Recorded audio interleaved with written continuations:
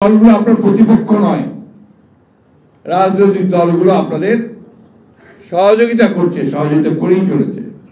আপনারাই রাজনৈতিক দলগুলোর সঙ্গে কোনো কথাবার্তা বলছেন না, সহযোগিতা ওইভাবে করছেন না। আমি কথাটা এই জন্য বললাম যে এটাই হচ্ছে কিন্তু সবচেয়ে ভালো পথ, যেখানে আপনার জনগণের সঙ্গে এই সরকারের একটা আরো ঘনিষ্ঠতা সৃষ্টি। নতুন একটি প্রস্তাব দিয়েছেন, সে প্রস্তাব দিয়েছে 17 বছর হবে আপনার ভোটার তারিখ হওয়ার জন্য আপনার ন্যূনতম। এখন তাহলে কি করতে হবে? আবার নতুন করে আপনার ভোটার তালিকা তৈরি করতে হবে। এই জিনিসটা তো কনসেনসাস না। আপনি you are the chief executive, আপনি প্রথমেই বলে দিচ্ছেন যে 17 বছর হলে ভালো। আপনি যখন বলছেন then it becomes a binding on the election commission, যেটা আপনি ইলেকশনের জন্য যারা ঠিক করবে, এটা ইলেকশন কমিশনকে ছেড়ে দিন, লেট দেম ডিসাইড। 18 বছর তো আছে, সকলের কাছে গ্রহণযোগ্য আছে। যদি 1 বছর কমাতে চান তাহলে সেটা ইলেকশন কমিশন প্রস্তাব করুক, যারা নতুন হয়েছে। কেন জানি না মানুষের একটা ধারণা তৈরি হচ্ছে, আমার না কিন্তু ধারণা তৈরি হচ্ছে যে এই সরকার ইচ্ছাকৃতভাবে নির্বাচন প্রক্রিয়াকে বিলম্বিত করছে। এটা সঠিক নয়, but at the same time এটা মানুষের মধ্যে এই আশঙ্কার সৃষ্টি হচ্ছে। এর আগে আবার আজকে কয়েকজন বলছে আরো 2-3টি দল গঠিত হবে। নির্বাচন প্রক্রিয়াতে যদি আরো 2-3টি দল গঠিত হয়, আমাদের তো কোনো আপত্তি নেই। 100টা হোক, 200টা হোক, কোনো তাতেও আপত্তি নেই। তো সেটা জাতির জন্য কতটুকু কাজে লাগবে সেগুলো সবাই চিন্তা করবে। যে শুধু শুধু সুন্দর সুন্দর কথা বললেই কাজ হবে না, কাজ করে দেখাতে হবে। আমরা যেন অস্থির না হই, আমরা যেন হতাশ না হই।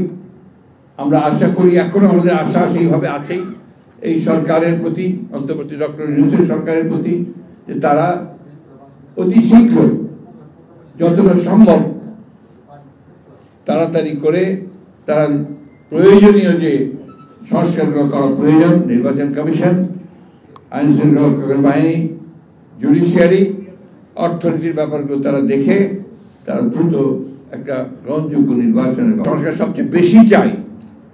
একই সঙ্গে আমরা এটাও চাই যে দীর্ঘকাল অনির্বাচিত সরকারের হাতে ক্ষমতা থাকা উচিত নয়। আজকে দেখুন দেশের সংকট বাড়ছে তো বাড়ছে, সবচেয়ে বড় সংকট হয়েছে সাধারণ মানুষের।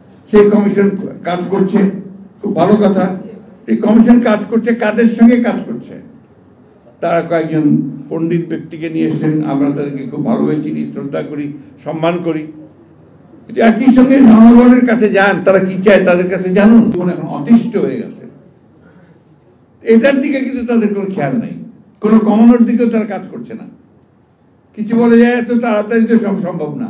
আরে আমরা যেটা সঙ্গে, আমরা তো উদ্যোগটা দেখতে চাই, কি কি ব্যবস্থা নিচ্ছে সেটা দেখতে চাই। আমরা তো দেখলাম না যে ওনাদের বড় বড় যারা উপদেষ্টা আছেন বা দায়িত্বপ্রাপ্ত যারা আছেন তারা গিয়ে বাজারের মধ্যে, মাঠের মধ্যে গিয়ে তারা জিজ্ঞাসা করছেন, মানুষকে বোঝার চেষ্টা করছেন যে সমস্যাটা কোথায়। তা না করে অনেকেই তারা আবার এই রাজনীতির মধ্যে জড়িয়ে পড়েছেন, বিভিন্নভাবে রাজনৈতিক উক্তি করেন, কমেন্ট করেন, এমনকি রাজনৈতিক দলগুলোর প্রতি পর্যন্ত তারা কটাক্ষ করেন।